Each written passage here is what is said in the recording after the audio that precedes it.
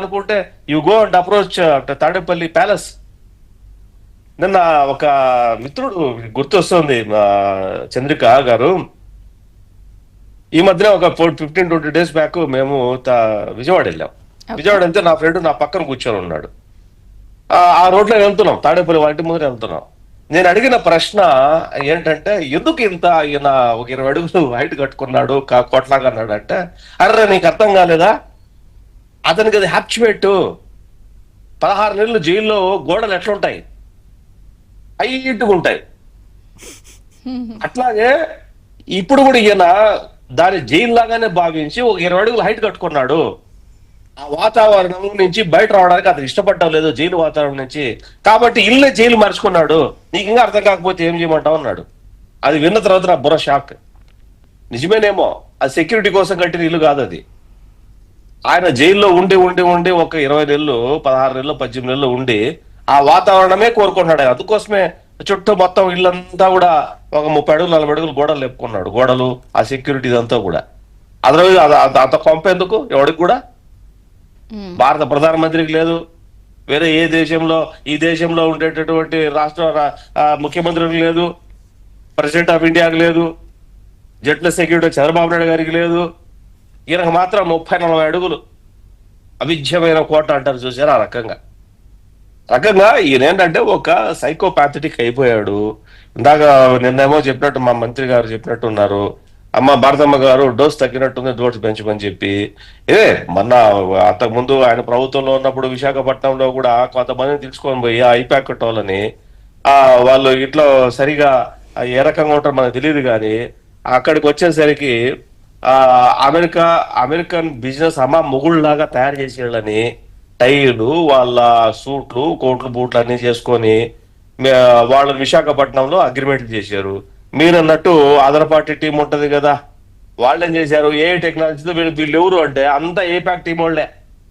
ఆ suit, boot, బ్యాగులు, ఆ కథ అంతా మొత్తం అంతా కూడా. ఇప్పుడు జనరల్ గా మీరు సోషల్ మీడియాలో మాక్సిమం ఏ టెక్నాలజీ వాడి టూల్స్ తో ఒకే పర్సన్ రిపీటెడ్ గా కనిపించినా కూడా ఇలా సర్కిల్ చేసి చూపించేస్తారు. అవును.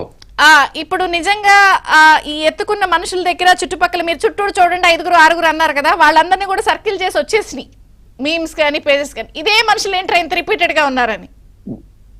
వాళ్ళ మనుషులతో పాటు మీరు చూడండి చంద్రికా గారు, సింపుల్ గా ఆ కెమెరాలు visuals, front, back, upper, lower, 360 degrees, మొత్తం అంతా 360 degrees లో వచ్చిన అంత క్లోజ్అప్ లో వచ్చినటువంటి వీడియోస్ ఎట్లా వస్తాయి అంటున్నా, స్పాంటనియస్ గా ఎట్లా వస్తాయి?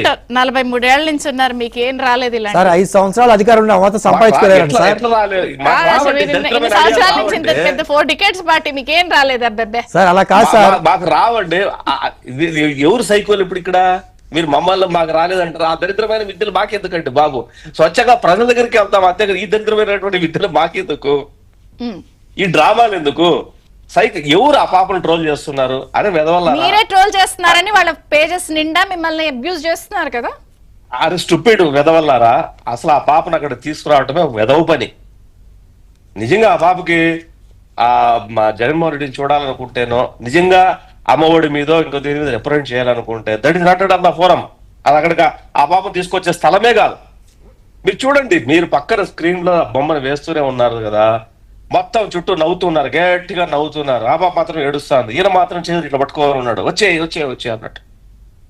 అదంతా ప్రిస్క్రైబ్డ్ ప్లాన్ కాదా? నిజంగా అది మీరు ఫ్యాబ్రికేటెడ్ కాదనుకుంటే ఆ బాబుని అక్కడ తీసుకొచ్చే అవసరమే ఉంది? అక్కడ తీసుకొచ్చే అవసరమే లేదు. అంతమంది జనంలో మీరు ఆ పాపను తీసుకొచ్చి నలిపేసి ఆ పాప గగ్గోలు ఎందుకు పెడుతుందో, జగన్మోహన్ రెడ్డిని చూడాలని పెడుతుందో, లేకపోతే ఆ టార్చర్ తట్టుకోలేక ఏడుస్తుందో కూడా అర్థం కావటంలే. మిమ్మల్ని ఏమనాలా? అందుకోసమే కదా పేటీఎం కుక్కలు అంటున్నది మిమ్మల్ని. చిన్న పాపను, ఏదో 8th class చదివే పాపను వాడుకొని రాజకీయం చేసి దాని నుంచి పోనీ అక్కడికి అయిపోయింది అనుకుందాం, మళ్ళీ సాక్షి మీడియా ఎందుకు పోయిందంటే అక్కడికి? నువ్వు ఎదిగా వెళ్ళావు ఏంటి? ఇది ఎమోషన్ ఏంటి? ఏముంది బొంగులో ఎమోషన్? మీరే పంపించి మళ్ళీ మీరే ఎమోషన్ అడుగుతారు. Everything fabricated story. మీరు దాని నుంచి లాంగ్వేజ్ బ్రేక్ అవుతున్నారు. సరే, ఒక బ్రేక్ లాంగ్వేజ్ బ్రేక్ కాదు, నిజంగా ఆ పాపను ఇప్పుడు